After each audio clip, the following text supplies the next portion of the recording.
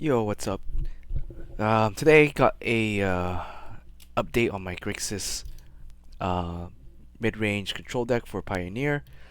It's been a couple of days now, or I guess about a week, since the banning of expressive alliteration from the Pioneer format, and I guess Explorer also. So had to kind of update the deck, um, and I did manage to take the deck out to a tournament, a Pioneer tournament, um, about a week ago before the expressives actually got banned, which was kind of unfortunate since I had some of the nicer expressives. But I'll keep them just in case I might use them in modern or something like that. But yeah, took the deck out for a spin just to kind of screw around, and it did okay. I didn't win it. I didn't win or anything. I think I went like two or 3-1 or something like that.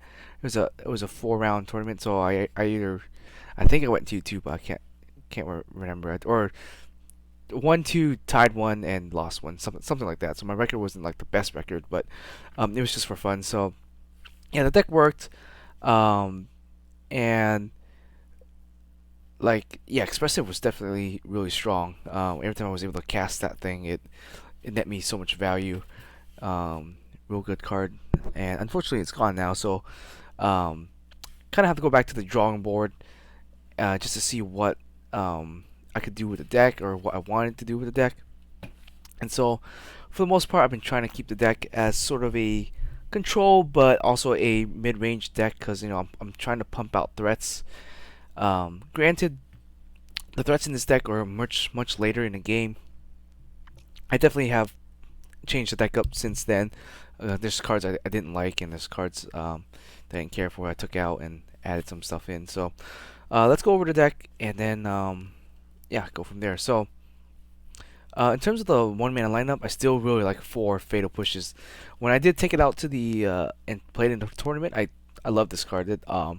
Which is kind of just removing everything I needed to remove for the most part, and really helped me kind of stabilize kind of early to be able to kind of start dropping down my threats and dealing with other people's threats. And so definitely really like this card in Pioneer.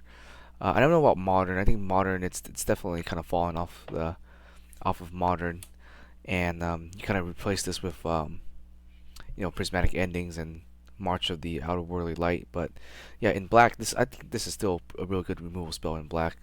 I did really like it. Um, Next off, 4 Thoughtseize. Yeah, worked well. I liked it. Um, Granted, it does hurt, and we're not really playing Death Shadow or anything, but yeah, 4 Thoughtseizes was able to kind of just pick apart my opponent's hand, uh, pick their key cards out of their hands, and then kind of help fill the grave for Drown and Lock, and then dump more stuff with Crocs. So making sure they essentially have like no hand left is what this deck is kind of doing. It's kind of like hand control, I guess, because you're forcing your opponent to discard a lot of cards, and it's kind of bad against like certain decks like Phoenix decks where they want stuff in their graveyard, obviously. But for the most part, it hitting other people's hands is pretty nice. For Consider, the best cantrip for this particular deck. You want to load your graveyard up. Um, you want to not play too much lands and get flooded out. Consider is probably the best choice in this particular format. Um, Especially if you're running Dig Through Time and Treasure Cruise, there's no reason not to run Consider. And then as for removal spells, 2 mana remove spells, I'm still playing 2 Dreadbore. Still a pretty good card, good removal. Deals with some Planeswalkers. Planeswalkers are not too common unless you're playing against Azurius Control. The most common Planeswalker I ran across was probably Chandra, the Defiance Torch, against mid-range Rakdos. I think that's a really popular deck right now. So great against Teferis, good against Chandra. You'll occasionally see Wandering Emperor. You might see Narsets. I think those are the main ones that you'll see. I can't really think of any other Planeswalkers, but otherwise, yeah, still a great 2 mana removal card. Next off, my two Croxas. I think two Croxa at 2 is a good number. You have one as backup and one in the grave. That's all you really need to kind of get this engine moving. Um, I don't like 3 because then you see them too often and they're kind of like sometimes not that great. If you see multiple, especially in this deck where I'm playing already other threats, I'm not gonna really focus on my graveyard as much, but um, I will use my graveyard as a resource to get this guy back and start smacking people with it. And then next off, still two Jace. I still like the Jaces. Now, obviously, it's not that great of a card for sure. Not anymore. It's kind of it's pretty weak, I want to say. But there are times where like he's just late game. He's a powerhouse on his own. Like you're able to control the board, mitigate damage, get resources back from the graveyard, filter cards in your hand, stuff like that. In the you definitely want him early in the game because he helps fix your hands, which is kind of nice. But he'll always die to removal. Like I don't think he really sticks on the board, especially playing against black. They're always gonna fatal push this guy, or you're playing against red, they'll strangle him or they'll shock him or something like that. So he's got very low survivability, and even as a planeswalker, he sometimes will die in like 1 or 2 turns. But if you're able to maintain control of the board and he sticks around, he becomes a very strong card late game. So the next card I picked up, and basically it's replacing my expressive literation, is going to be the powerhouse so far of most of the formats that are playing sort of I don't know, mid-range, I guess. It's gonna be Legislator, the Legal Eagle. Basically, this card is really good.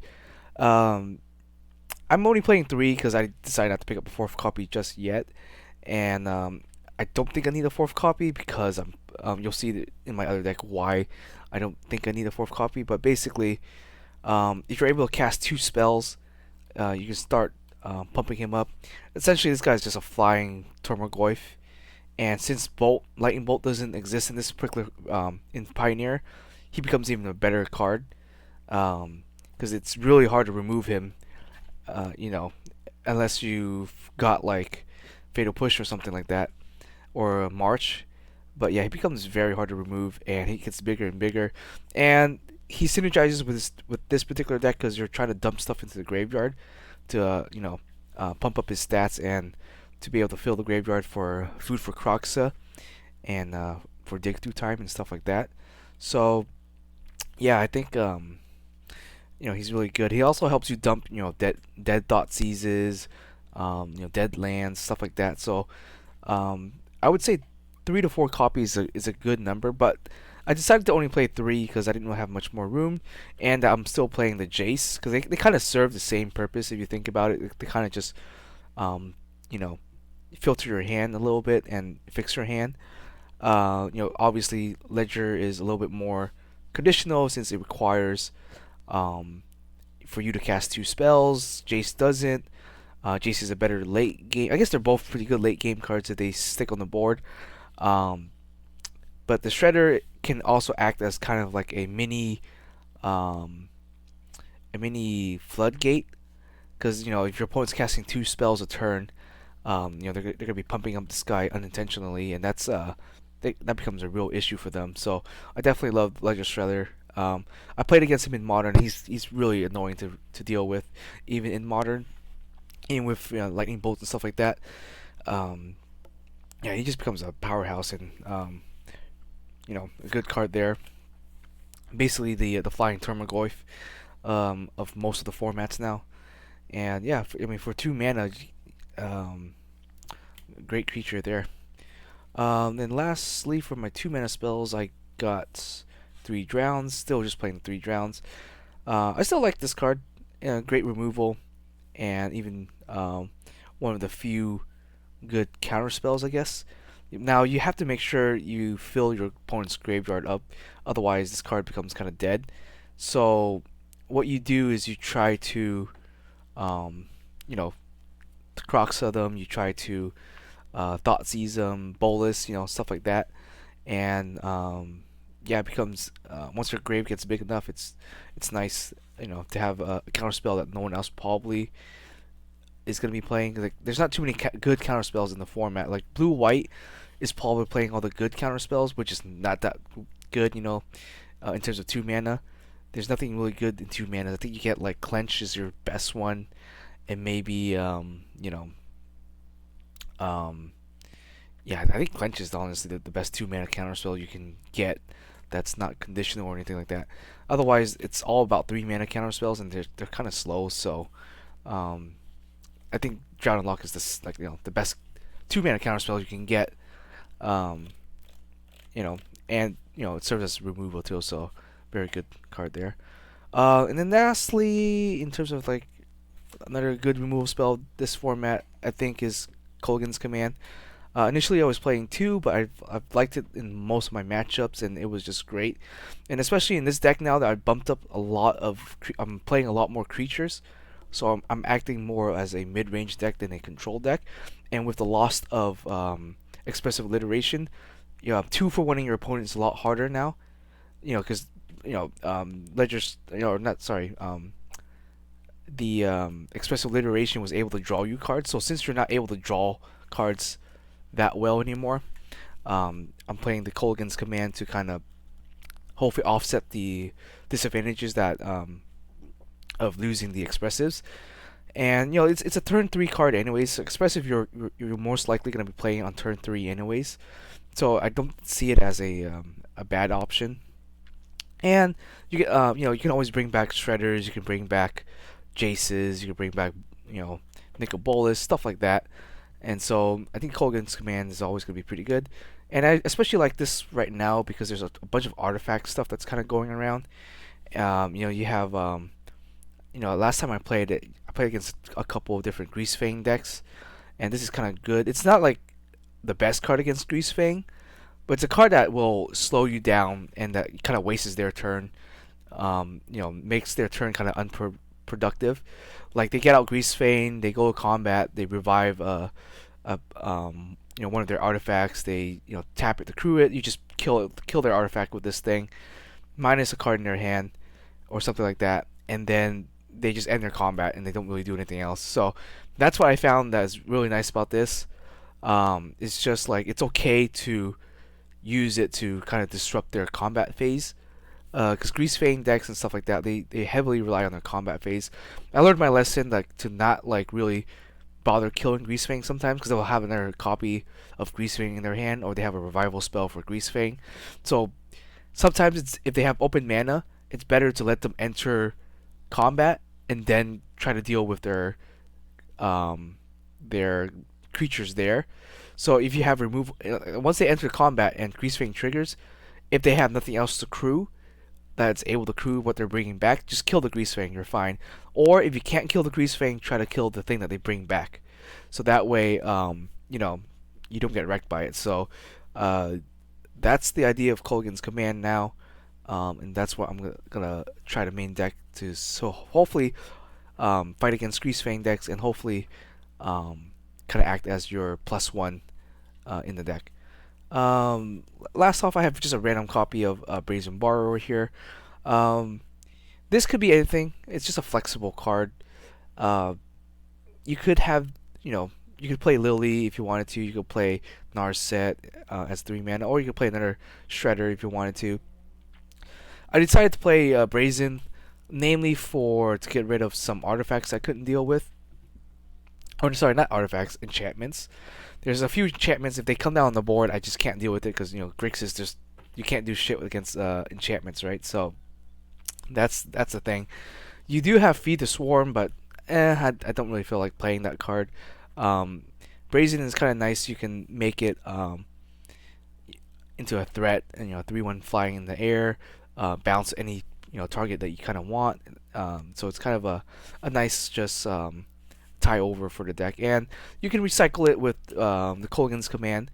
So I don't think I needed to play more than one. So if you cast it from exile, or it somehow dies and goes to the graveyard, you can just recycle it with the Kolaghan. So it's just kind of like a flexible option there. So I am playing like 12 creatures in the deck, so definitely more targets for Kolaghan's to bring back. More value out of that. So that's the route I'm deciding to take this time, and less more control, because I was playing Narset in the deck to kind of be more control.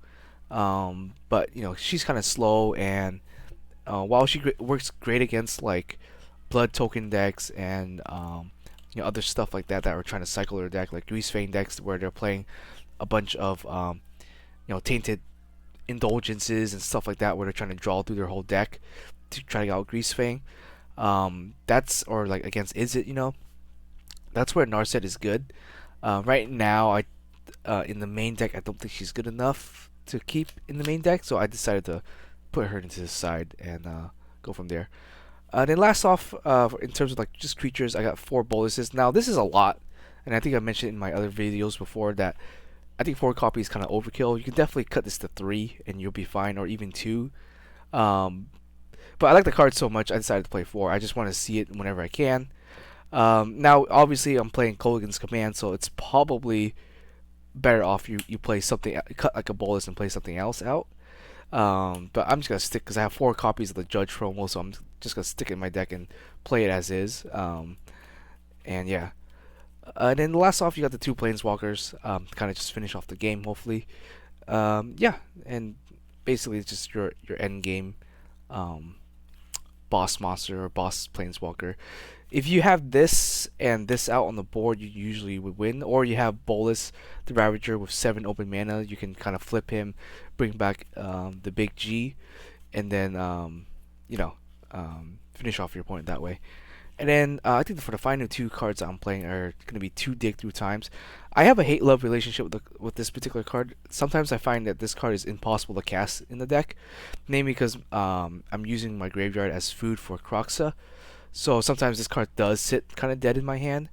But I think with the addition of the Shredder, I think I should be able to fill up my graveyard more consistently, and I should be able to get this on like ideally on 2 mana. 2 blues to draw 2 is pretty good. If not, I think a fair price to pay would be 4. CMC 4 this card, and then draw 2. That's fine because then it becomes kind of like Memory Deluge at that point. So I think the idea here is to spend 4 mana to cast this, which is fine.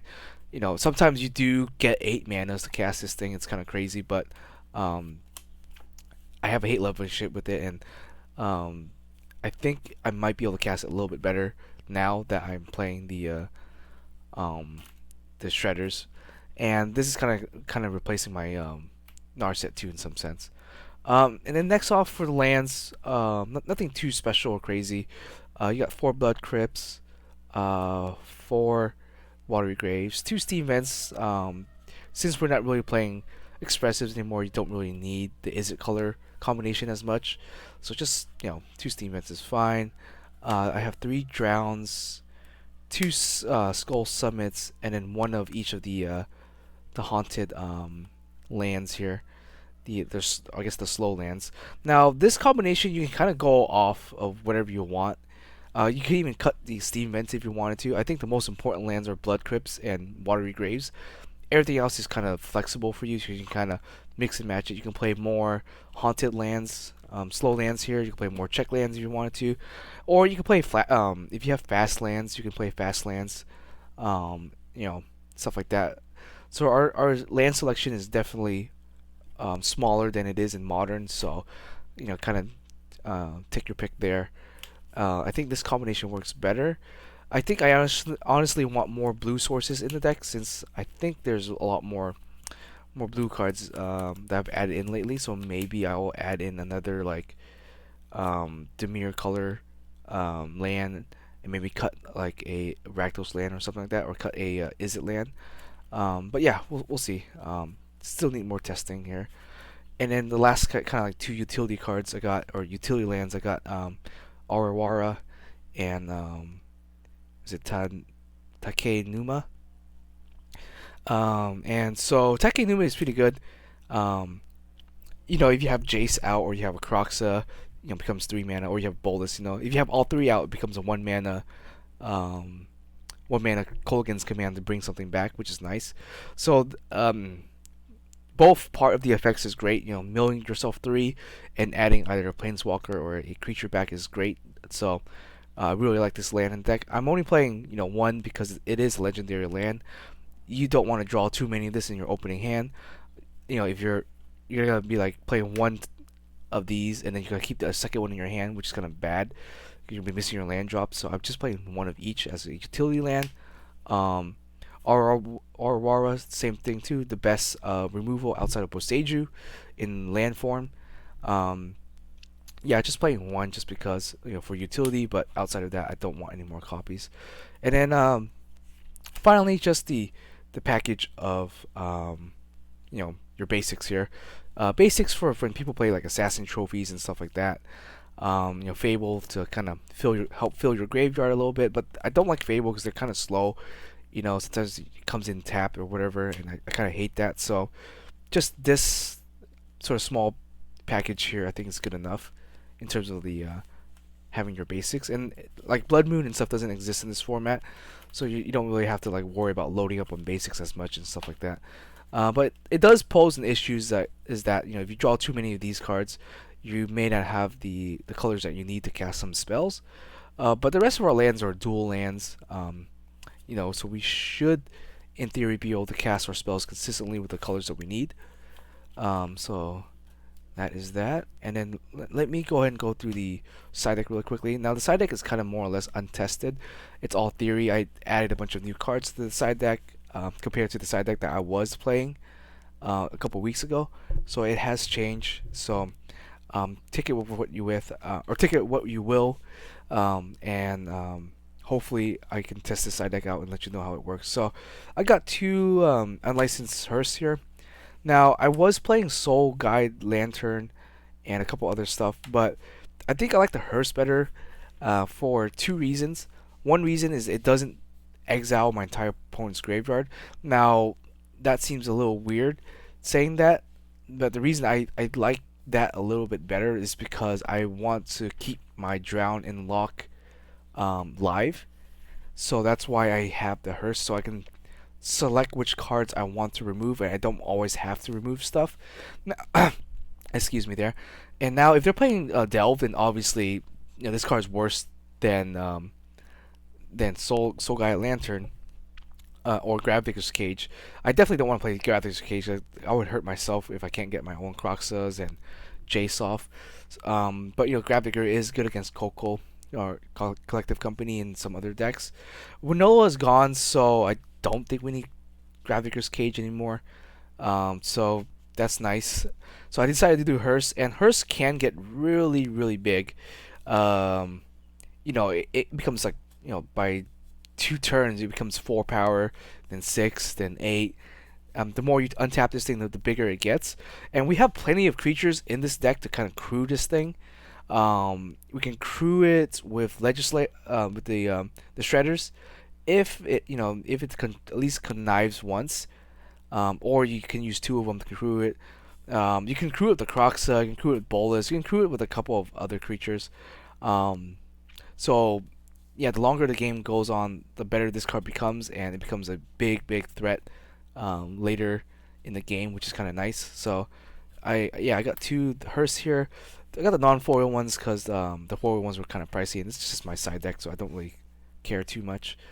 Next off, I got 2 Aether Gusts. Still really like this card. It's always been kind of an all-star in any of the blue decks that I play.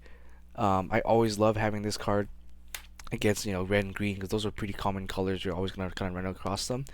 And yeah, I don't think you really need it that badly in Pioneer, but it's still a nice card to have. Deals with some answers, and it's kind of like a mini counter spell, or it's kind of like a memory lapse, I guess, for for green and red permanents, so which is kind of nice. Next off, I got two what's her name, Narsets here, and she's mainly here for her static ability of not letting your opponent draw. You can minus her. I found that you will miss a lot with this chick, namely because you have like 12 creatures and a bunch of lands, so you're not always gonna hit something. So she's not very reliable as a card draw in the deck. That's why I have Dig Through Time and I guess dig through time and like the shredders and stuff like that. So she's not a good source of reliable draw in this deck. So I decided only just to play two of her for her static ability, and not play her in the main because I don't think she's gonna serve that well in the main here. Next off, Triple Dispute. Dispute's great in this deck, especially against blue-white control and stuff like that. Our stuff is kind of cheap to cast for the most part, and their counter spells can get kind of expensive. Like, it sucks that you can't hit Wandering Emperor, and you can't really hit Dolan's Veto, but it hits everything else, which is still pretty good. So yeah, I definitely like Dispute, and you could even play it for hard 3 against non-blue cards. So yeah, it's not the worst card, honestly. It's one of the better ones. Anger of the Gods, cheap removal for turn 3. It's probably the best one, I would say, or cheap board wipe for turn 3. You can hit like Grease Fang, maybe. You can hit a couple of like green elf decks, stuff like that. It is double red though, so it can kind of be hard to cast on turn 3 sometimes. We're not always gonna have double red, but I say like this card is probably one of the better board wipes, so decided to stick it in here and use it for now. Next off, another good like 2-for-1 card is Gold Blank. Now this is like for decks that just need their graveyards all the time, every time. So like breach through the barrier decks and stuff like that, or Rakdos Midrange, whatever graveyard dependent deck you're playing against. Gold Blank kind of really good card there. I decided to play only 2 because I already play a lot of discarding, and so sometimes late game when you draw this card and your opponent doesn't have any anything in their hand, then it becomes kind of like a 3-mana Soul Lantern, and that kind of sucks. So I'm just playing 2 because I think with the hearse on the board, should be able to be able to deal with most graveyard reliant decks. So just the 2 blanks here for now. And then kind of last off, kind of like anti-aggro and some more anti, hate and stuff. Got one Kalidas and one Extinction Event. Now Kalidas was an MVP for some of my matchups. Like I brought this guy out against like Rakdos. I brought this guy out against Gogari, elves or whatever you call it, and then some other stuff. And they would kill this guy. I would bring him back with Ganons Command to kill him and bring him back again. So I kept recycling this guy, and he just kept me in the game, and my opponent just wasn't really able to effectively play anything. They couldn't really even cast like Crocs. If they casted a Crocs, they would give me a 2/2 zombie. So it's like it's a great kind of like threat, and a great card to try to help you stabilize, because it does have lifelink, and it does pass the bolt check in modern, and it also passes most checks in Pioneer. It does lose to like a fatal push though. If you do get rid of one of their permanents or something like that, then he can be fatal pushed out. But yeah, other than that, like he's kind of like an MVP. Been a pretty good side deck card. Now I don't know if I would main him. You could main him if you want to, like 1 copy, and maybe you could take out like a Nicol Bolus or something like that. But yeah, I think he performed pretty well for against creature based decks, and I've liked that. Extinction Event, because I wasn't sure what other board wipe I should be playing. So Event is kind of nice where you can select what you want to keep and what you want to deal with. And unfortunately, I think most of our creatures in here are in the deck are even. So if you have like a Bolus out or a Crocs out, and you Extinction Event for even, then just be careful of that, because that will kill your own stuff. So this is kind of like selective removal in some sense. So not the worst card. I liked it back when it was played a lot in Standard. Now I don't think it has seen any play since then, but still a fantastic card. I want to say. But okay, all right. I think that will conclude my video for today, and hopefully you guys enjoy, and we'll see you guys next time.